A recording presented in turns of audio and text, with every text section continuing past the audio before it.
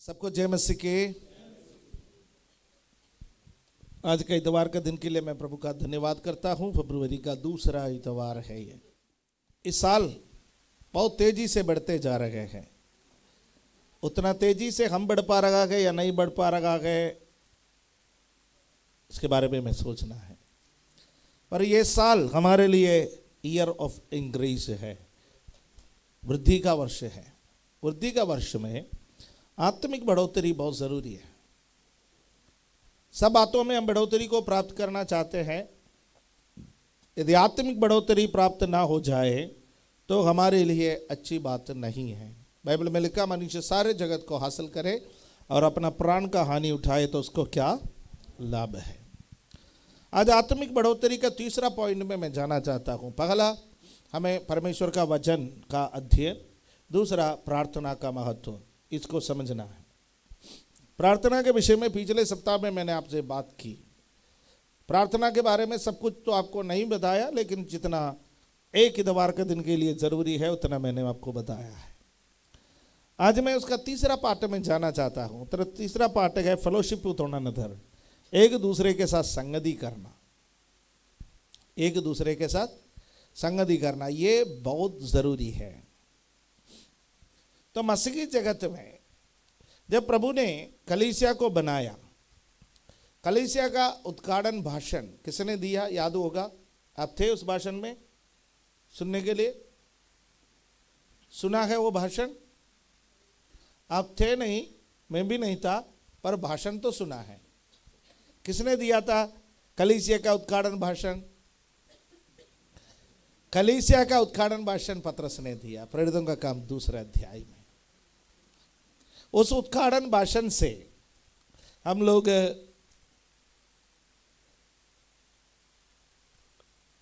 यहां पर 7 पॉइंट है जो कलीसिया का नींव का उपदेश है, बुनियादी तालीम है, उसको हम सीखते हैं। उसमें से एक है फेलोशिप, संगति करना। प्रेरितों का काम दूसरा अध्याय उसका 42वां पद में, और वे प्रेरितों से शिक्षा पाने और संगति रखने में और रोटी तोड़ने में और प्रार्थना करने में लवलीन रहे। वे लोग संगति रखने में, संगति फेलोशिप, फेलोशिप का अर्थ है या संगति रखने का अर्थ है, इसमें इसको जो मूल भाषा में से जो अर्थ निकलता है वो है भाग लेना, पार्टिसिपेशन या शेयरिंग, बांटना। जब आप संगति रखते हैं तो आपको क्या करना पड़ेगा? 2 चीजें करना पड़ेगा। नंबर 1, आपको भाग लेना पड़ेगा। नंबर 2, आपको शेयरिंग करना पड़ेगा। ये दोनों बिना संगति नहीं होता, ये दोनों बिना फेलोशिप नहीं होता। अब वे लोग कैसे कैसे संगति रखते थे वो भी हम इसमें देखते हैं। आप जब देखते हैं दूसरा अध्याय का 44वां पद को देखें, 44 को देखेंगे, वहां पर क्या लिखा है? 2:44, और सब विश्वास करने वाले इकट्ठे रहते थे और उनकी सब वस्तुएं साझे की थी। किसी ने नहीं बोला ये मेरा है, ये मेरा है। सबका लैंग्वेज क्या था? ये हमारा है। कलीसिया किसका है? हमारा है। हम जब सब साझे में होते हैं, जब आप एक दूसरे के साथ संगति रखने के लिए तैयार हो जाता है, आपके भाषा भी बदल जाते हैं। ये हमारा है, ये हमारा है। हम जो है ये जोड़ता है। हम बोल के देखिए, हम। आपके होठ एक दूसरे के साथ मिलते हैं। मैं,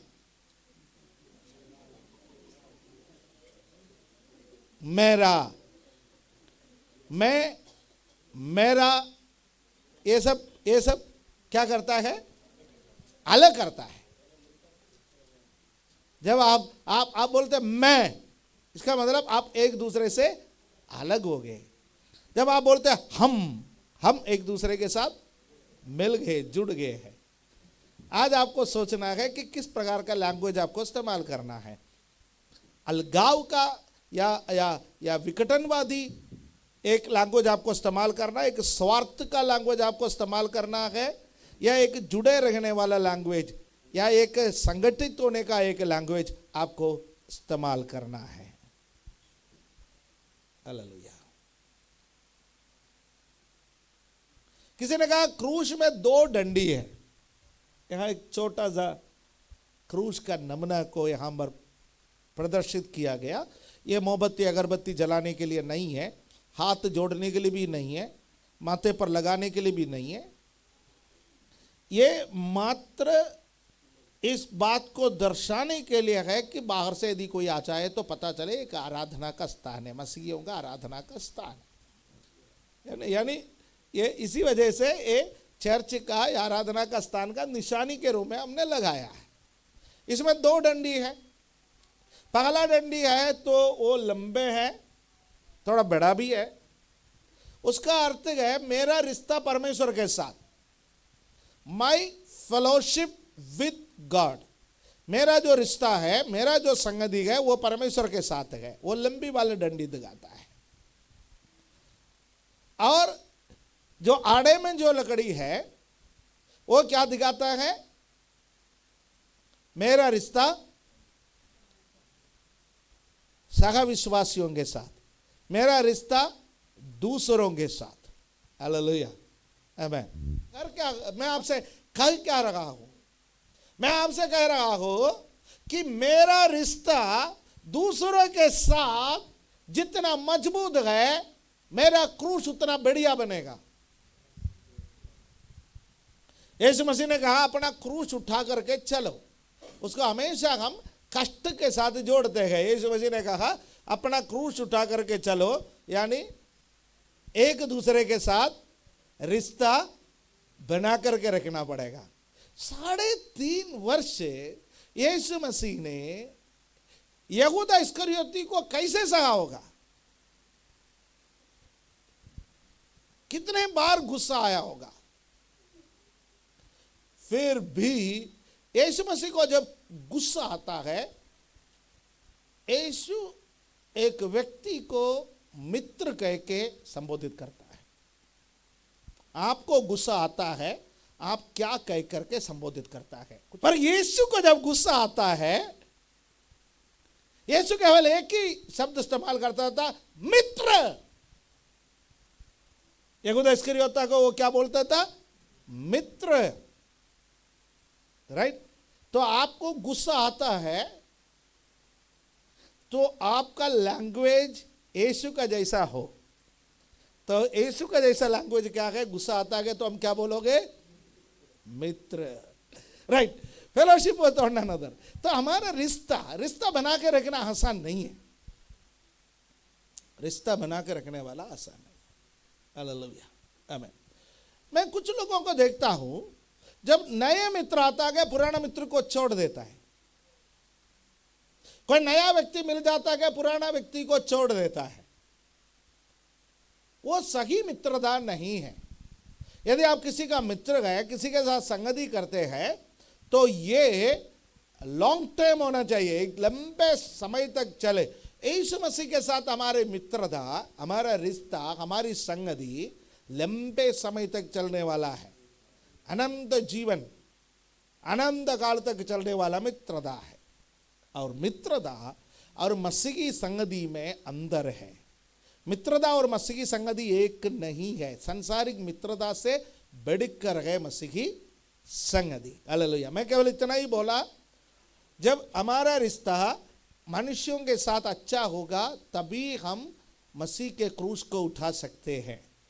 मसीह ने कहा अपना अपना क्रूस उठाओ। इसका मतलब मेरा रिश्ता मेरे भाई के साथ, मेरी बहन के साथ, सगा विश्वासियों के साथ, कलीसिया के लोगों के साथ, प्रभु के लोगों के साथ अच्छा होना बहुत जरूरी है। तभी तो प्रभु यीशु मसीह ने कहा भाई तुम्हारा भाई जो तुमको दिखाई देता है आंखों से, उससे तुम प्यार नहीं कर पाते हो, तो जो मैं तुम्हें दिखाई नहीं दे रहा कि तुम कैसे प्यार करोगे? हालेलुया। पगला किससे प्यार करे? अपना भाई से प्यार करो। है? अपना भाई से पहले प्यार करके दिखाओ, उसके बाद, क्योंकि वो तुम्हें दिखाई दे रहा है इन आंखों से, उसके बाद यदि तुम कहोगे परमेश्वर मैं तुमसे प्यार करता हूं, मैं समझ सकता हूं। यानी हम परमेश्वर से प्यार करता है या नहीं करता है, उसका प्रतिच्छाया कहां दिखाई देना चाहिए? हमारे भाई से प्रेम में। जो पड़ोस में रहता है उससे प्यार नहीं कर सकते हैं, तो इतना दूर रहने वाला स्वर्ग में विराजमान परमेश्वर से कैसा प्यार करेंगे? तो इसलिए इन बातों को ध्यान रखें। इसलिए प्रभु यीशु मसीह ने सिखाया अपने समान अपना पड़ोसी से प्रेम रखना। मैं प्रेरितों को काम 4 का 32 में क्या लिखा हुआ है वो हम देखेंगे। 4:32, और विश्वास करने वालों की मंडली एक चित्त और एक मन की थी, यहां तक कि कोई भी अपना संपत्ति अपनी नहीं कहता था, परंतु सब कुछ 2 बार इस बात को लिखा है। दूसरा अध्याय में भी लिखा है, अध्याय 4 में भी लिखा है। यानी उनके जीवन में ये जो फेलोशिप है वो बढ़ता गया, वो घटा नहीं। उन्होंने 2-3 प्रकार से शेयरिंग की। नंबर 1, उन्होंने शेयरिंग की, अपने संसारिक वस्तुओं को आपस में बांटा। संसारिक वस्तुओं को आपस में बांटा। जिनके पास था उन्होंने क्या कर लिया, जिनके पास नहीं था उनको दिए हैं, अपने में से कुछ उनको दिए। दूसरा, उन्होंने होली कम्युनियन, जब जब वे इकट्ठे होते थे प्रभु भोज की रोटी खाते थे, और प्रभु भोज एक संगति है, वो भी मैंने पिछले दिनों में आपसे शेयर किया था। तीसरी बात है वो भोजन भी शेयर की, भोजन भी शेयर की। मित्रता का या फेलोशिप का सबसे उच्च कोटि का वो चीज है भोजन शेयर करना। मसीहियों में ये एक आम बात है भोजन शेयर करना। हम हर इतवार के दिन भोजन शेयर नहीं कर सकते, उसके बावजूद भी हम कभी कभी भोजन रखते हैं। क्यों रखते हैं? एक साथ बैठ करके भोजन करने से हम बहुत एक दूसरे के साथ संगति करने का मौका प्राप्त कर लेता है। भोजन भी शेयर की। अब पहला, आरंभिक कलीसिया एक दूसरे के साथ संगति करने में आगे बढ़ चले। अब प्रकाशित वाक्य में कलीसिया है, प्रकाशित वाक्य का कलीसिया एफेसुस की कलीसिया को देख के प्रभु कहता है कि तूने अपना पहला प्रेम खो दिया है। हम उस पहला प्रेम में वापस आ जाए, वो पहला संगति में वापस आ जाए। प्रभु उसके लिए हमारी सहायता करे। समय आगे निकलते जा रहा है। पहला यूहन्ना पहला अध्याय 6 और 7 को हम देखेंगे। यहां संगति का या फेलोशिप का एक अलग मीनिंग है। फेलोशिप का पहला meaning participation and sharing, participation and sharing, ठीक है, भाग लेना और बांटना। और फेलोशिप का दूसरा मीनिंग इस वचन में लिखा हुआ है 6 और 7 में, यदि हम कहें कि उसके साथ हमारी सहभागिता है और फिर अंधकार में चले तो हम झूठ बोलते हैं और सत्य पर नहीं चलता।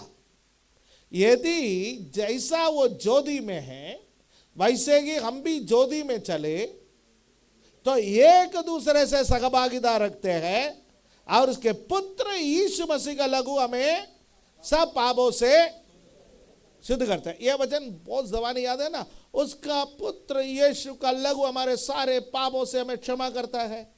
यस, हम ये वचन बार बार बोलते हैं, प्रभु भोज के दिन बोलते गए, प्रार्थना में बोलते गए, बार बार इस वचन को याद करते गए।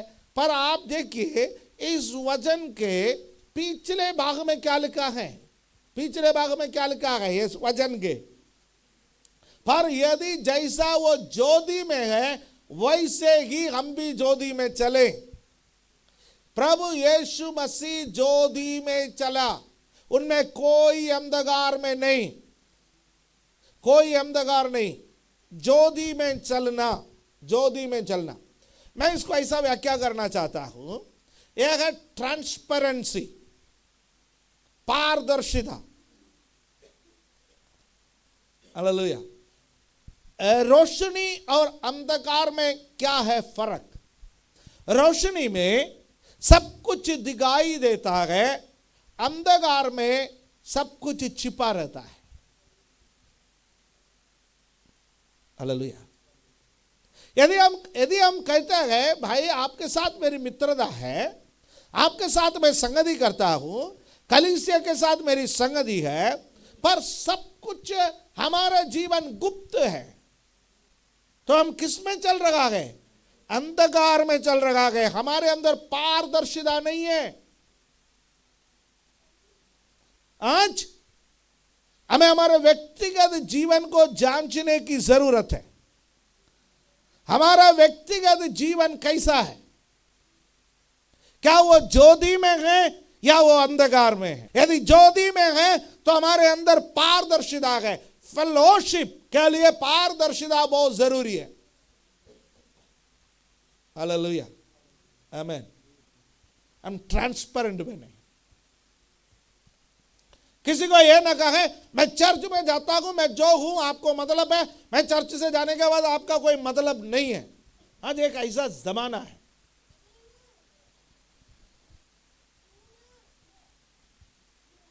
आज सब लोग अपना अपना अपना ये मेरा प्राइवेट लाइफ है। देखिए, मसीहत में कोई प्राइवेट लाइफ नहीं होता। मसीहत में कोई प्राइवेट लाइफ नहीं होता। यदि मेरा रिश्ता मेरी पत्नी का साथ ठीक नहीं है तो कलीसिया का किसी को भी आवाज उठाने की या क्वेश्चन पूछने की, सवाल पूछने की इजाजत होनी चाहिए। तब मैं पारदर्शी हूं। यदि मैं आपसे बोलूं मैं प्रचार करता हूं तो जो है वो हूं, मैं प्रार्थना करता हूं जो हूं वो हूं, मैं चर्च में जब आता हूं आपके सामने पास्टर हूं, अरे मेरे घर में क्या है क्या नहीं आपको क्या लेना देना है? तो मैं अंधकार में चल रहा हूं। मैं अंधकार में चल रहा हूं, राइट? मेरा प्राइवेट लाइफ भी आपके लिए मायना रखते हैं, मेरा पब्लिक लाइफ भी आपके लिए मायना रखते हैं। और मैं मेरे साथ संगति करने वाले लोगों को यह इजाजत देता है, भाई बहन मेरे जीवन के बारे में सवाल पूछने का अधिकार आपको है। मुझे कोई गलत जगह पर दिखाई दे तो आपको इजाजत होना चाहिए कि यह पूछने के लिए, पास्टर जी आप यहां पर क्यों हैं? मेरे हाथ में कोई गलत वस्तु दिखाई दे तो आपको इजाजत होना चाहिए कि यह पूछने के लिए आपके हाथ में यह वस्तु क्यों है। मेरे मुंह में कोई गलत भाषा है तो आपको यह पूछने का इजाजत होना चाहिए कि पास्टर जी आप ऐसा लैंग्वेज क्यों इस्तेमाल करते? उसको क्या कहेंगे? ट्रांसपेरेंसी, पारदर्शिता। जो मैं अंदर हूं वो मैं बाहर हूं। यीशु ने अपने चेलों से पूछा, लोगों से पूछा, तुम में से कौन है जो मेरे पाप के बारे में मुझे याद दिला सकते हैं? बताइए। यीशु ने कहा मैं जो करता हूं ज्योति में करता हूं, मैं जो करता हूं दिन में करता हूं, मैं जो करता हूं तुम्हारे सामने करता हूं। Are we enough transparent?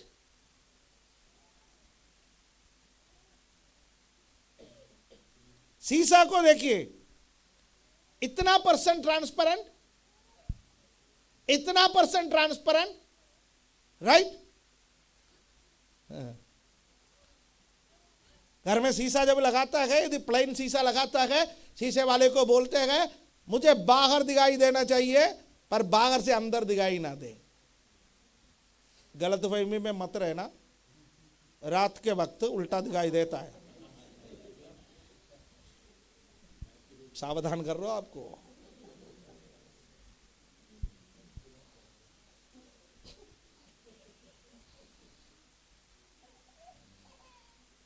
हम सब ऐसा है ना, मेरा जिंदगी दिखाई नहीं देना चाहिए पर दूसरे के जिंदगी मुझे दिखाई दे।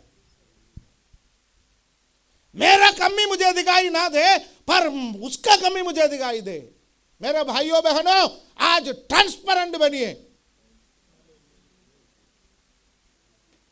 दूसरों को इजाजत दीजिए, भाई बहन मैं गलत हूं, प्लीज करेक्ट मी। देगा फेलोशिप। नहीं तो क्या फेलोशिप है? आमीन। धन्य है वो व्यक्ति जिनके पास 4 मित्र है जो आलोचना करता है। आलोचना करने वाले मित्रों से अपना चारों तरफ एक किला बना दो, आप कभी गलत में नहीं जाएंगे। हालेलुया। अपने आप को लोगों के सामने थोड़ा खुल करके रखिए, खोल करके रखिए, ट्रांसपेरेंट। यूहन्ना कहता है हमें ज्योति में चलना है तो हमें एक दूसरे के साथ संगति है। ज्योति में नहीं चलना है, अंधकार में ही रहना है तो हमें एक दूसरे के साथ संगति नहीं है। इब्रानी के पत्री 10वां अध्याय हम अगले में जा रखा है, उसका 24-25 पढ़ेंगे। हिब्रू 10:24-25। और प्रेम और भले कामों में उकसाने के लिए एक दूसरे की चिंता किया करें और एक दूसरे के साथ इकट्ठा होना ना छोड़े, जैसे कि कितनों की रीति है, पर एक दूसरे को समझाते रहे, और जो जो उस दिन को निकट आते देखो यो और भी अधिक ये किया करो। आज 2 प्रकार के चर्च है, मैं इस वचन में आ रहा हूं। 2 प्रकार के चर्च है। एक प्रकार का चर्च है, आते हैं इवेंट्स में आते हैं। इवेंट क्या होता है? समारोह। कोई समारोह में आता है। इतवार का दिन एक इवेंट है, इतवार का दिन एक सेलिब्रेशन है, इतवार का दिन एक शो है, आते हैं। जवान लोग ऐसे चर्च को ज्यादा पसंद करते हैं जहां अकाउंटेबिलिटी नहीं है, जहां एक दूसरे को कोई नहीं जानता, एक दूसरे से कोई नहीं पूछता। दिल्ली में तीव्र गति से ऐसा चर्च बढ़ रहे हैं, पूरे दुनिया में बढ़ रहे हैं, भारत में बढ़ रहा है, जगह एक दूसरे को कोई नहीं जानता। इतवार का दिन आता है, how are you brother? I am fine. How are you sister? I am fine. इससे ज्यादा कोई बातचीत नहीं होते, एवरीथिंग इज फाइन। कोई किसी के बारे में नहीं जानता। आज एक को लेके आता है, अगले सप्ताह किसी और को लेके आता है, तीसरा हफ्ता फिर किसी और को लेके आता है। किसी को कोई प्रॉब्लम नहीं है, क्योंकि एक दूसरे को जानता नहीं है। कौन किसको क्या ले आता है वो भी कुछ समझ नहीं आता।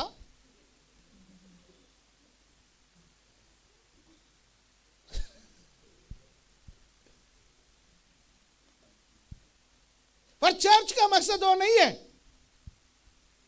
Church is not for celebration.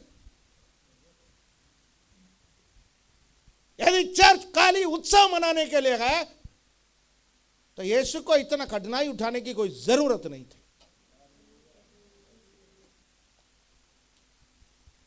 फिर चर्च किस काम के लिए है? ये देखिए 24 में आई है, चर्च किस काम के लिए है? प्रेम और भले कामों में उकसाओ। उकसाने का शब्द क्या है? एक प्रकार से पढ़ने के लिए आप अपने बच्चों को उकसाते हैं ना, एनकरेज ऑन अनदर। मुझे उकसाने वाला शब्द एनकरेज से कुछ ज्यादा है। प्रेम और भले कामों के लिए उकसाने के लिए, और एक दूसरे की चिंता करो। आप सेलिब्रेट करके प्रेज द लॉर्ड बोल करके आप चले जाते हो और पूरे सप्ताह किसी की चिंता नहीं करते हैं, तो फिर आप कौन सी सदस्य है कलीसिया के? कैसे आप कह सकते हो I am in fellowship with the church, मैं कलीसिया के साथ संगति करने वाला हूं? आप कैसे कह सकते हो? आप नहीं कह सकते। आमीन, हालेलुया। एक दूसरे का चिंता करते हैं, तभी तो रातों रात किसी के यहां प्रेयर के लिए जाते हैं। एक दूसरे की चिंता करते हैं, तभी तो ऑनलाइन बैठ करके हर दिन प्रार्थना करते हैं, फिर भी बोर नहीं होते। एक दूसरे की चिंता करता है, इसलिए हाथ भी बढ़ाता है। हम एक दूसरे की चिंता करने के लिए हैं। बोलिए, हम एक दूसरे की चिंता करने के लिए हैं, एक दूसरे की चिंता करने के लिए। हालेलुया। प्रभु एक ऐसा बोझ मुझे दे, मैं एक दूसरे की चिंता करूं। आमीन, हालेलुया। अगला 25 में लिखा है, एक दूसरे के साथ इकट्ठा करना ना छोड़े, जैसे जैसे कितनों की रीति है। अंत के दिन आता है, अंत के दिन निकट आता है, अधिक संगति। अंत का दिन निकट आता है तो अधिक संगति, अंत का दिन निकट है, अधिक संगति करें। हालेलुया, आमेन। एक दूसरे को क्या करो? समझाओ, एक दूसरे को समझाना। कितने लोगों को समझाना अच्छा लगता है? मुझे नहीं लगता। सच्चाई तो बोलो, कभी तो बोलना चाहिए। मुझे अच्छा नहीं लगता कोई समझाना, पर मुझे समझना चाहिए, वो मेरा भलाई के लिए है, वो कलीसिया का उत्तरदायित्व है।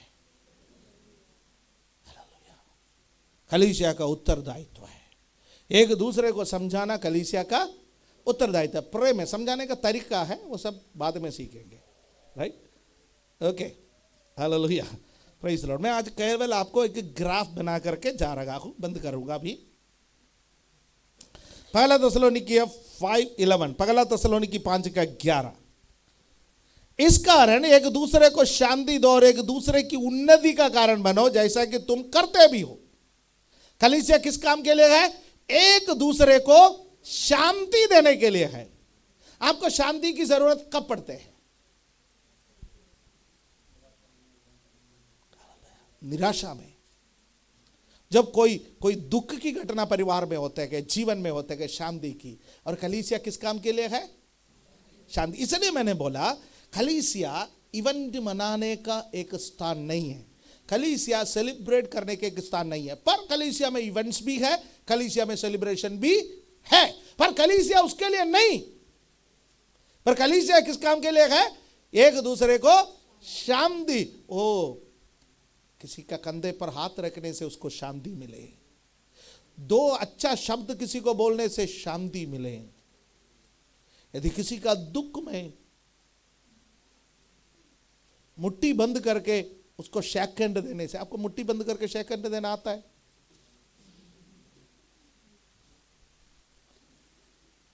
मुट्ठी बंद करके शेक हैंड, हम तो ऐसा शेक हैंड देता है, लेकिन कभी कभी मुट्ठी बंद करके शेक हैंड दो।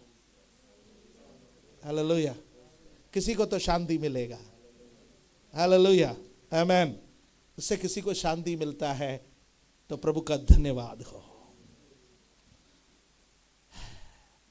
नीति वचन 27:17, प्रोवर्ब्स 27:17। जैसे लोहा लोहे को, स्क्रीन पर इतना बड़ा अक्षरों में आया, फिर भी बोलता है कि लोहा लोहे को काटता है। यह संसार का नीति है। बाइबल का नीति लोहा लोहे को,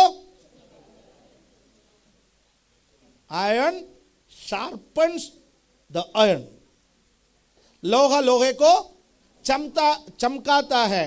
एक दूसरे पर रगड़ खाता है तो कटता नहीं है, चमक आते हैं। रस्ट, जंग जो है वो निकल जाता है तो चमक आ जाता है।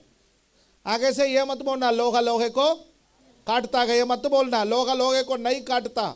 यदि लोहा लोहे को काटता है तो वो लोहा गलत है। कलीसिया काटने के लिए नहीं, कलीसिया चमकाने के लिए है। Right, right. जैसे लोहा लोहे को चमका देता है, वैसे ही मनुष्य का मुख अपने मित्र की संगति से चमकदार हो जाता है। हालेलुया। कभी कभी रगड़ते हैं आप लोग आपस में, रगड़ खाते हैं? नहीं खाते, नहीं खाते। हम रगड़ खाते, कभी कभी रगड़ खाते, किसी किसी के साथ हम रगड़ते हैं। विचारों का रगड़ हो जाता है, मतभेद हो जाता है, वादों का रगड़ हो जाता है। कलीसिया में होना चाहिए, पर वो एक दूसरे को काटने के लिए नहीं है, एक दूसरे को चमकाने के लिए है। हालेलुया, आमेन। एक दूसरे को काटने के लिए नहीं है कलीसिया, एक दूसरे को चमकाने के लिए। कई बार मेरा विचार आपका विचार से नहीं मिलता, आपका विचार किसी और का विचार से नहीं मिलता। कई बार हमारे बीच में विचारों का मतभेद होता है, उसके बावजूद भी हम एक दूसरे को काटने वाले लोग नहीं है, हम एक दूसरे को चमकाते हैं। हालेलुया, हम में चमक आ जाता है। Praise God. अब संगति से 2-3 फायदा है, वो बता देता हूं एक एक सेंटेंस में। संगति गिव्स मी ए जॉयफुल लाइफ। यदि संगति में रहता हूं, मुझे एक आनंदमय जीवन मिलता है। संगति से कितने लोगों को आनंदमय जीवन मिलता है? मुझे मिलता है। आमीन। तो संगति से मुझे क्या मिलता है? आनंद मिलता है। जॉयफुल लिविंग, आनंदमय एक जीवन संगति से मिलता है। हालेलुया, आमीन। संगति मुझे पाप का ऊपर जय पाने के लिए मदद करता है। पाप के ऊपर जय पाने के लिए मदद करता है। हेल्प्स मी टू ओवरकम सिन। हमें से कई लोग पाप के साथ संघर्ष करता है, जय पाना मुश्किल है, पर संगति हमें मदद करते हैं। परमेश्वर का वचन मानने में मुझे सहायता करता है। जब मैं संगति में आता है, हर एक व्यक्ति का गवाही सुनने का मौका मुझे मिलता है, लाइफ एक्सपीरियंसेस मुझे मिलता है।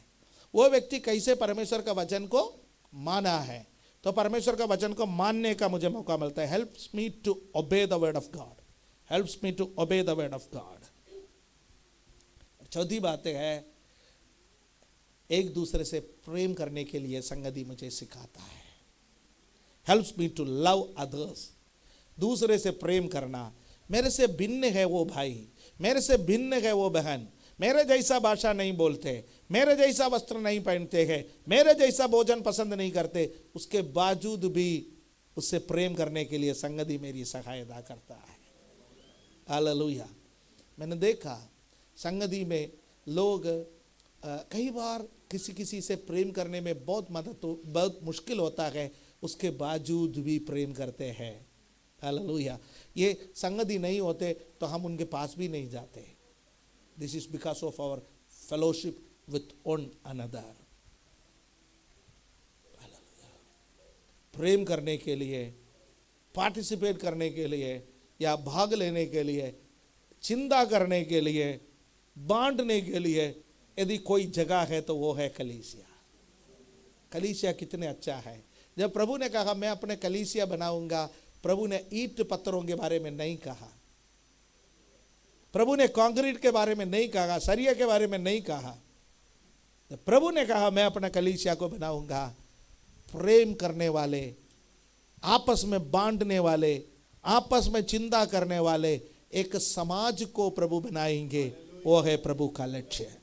हम वो समाज का हिस्सा है। Hallelujah, amen. Fellowship gives A joyful life, helps me to overcome sin, helps me to obey the word of God, helps me to love others। ये निचोड़ है। हालेलुया। प्रभु हमारी सहायता करे। आमेन। संगति के बारे में और अधिक जानकारी आप लोग प्राप्त करें। प्रभु सबों को आशीष दे। प्रभु हम आपका धन्यवाद करते हैं इस वक्त के लिए। आज प्रभु हमें अच्छा एक मौका दिया संगति के बारे में जानने के लिए, सीखने के लिए। प्रभु हमारी सहायता कर। हालेलुया। हमें ट्रांसपेरेंट होने में सहायता कर, पार्टिसिपेट करने में सहायता कर, शेयर करने में सहायता कर, एक दूसरे का बोझ उठाने में हमारी सहायता कर, एक दूसरे की चिंता करने में सहायता कर, उत्साह देने में सहायता कर। सब बातों के लिए धन्यवाद देता है, धन्यवाद देता है। आज हमें जो कुछ भी आपने सिखाया उसके लिए धन्यवाद। प्रभु यीशु मसीह का पवित्र नाम से इस प्रार्थना को मांगते हैं। आमीन।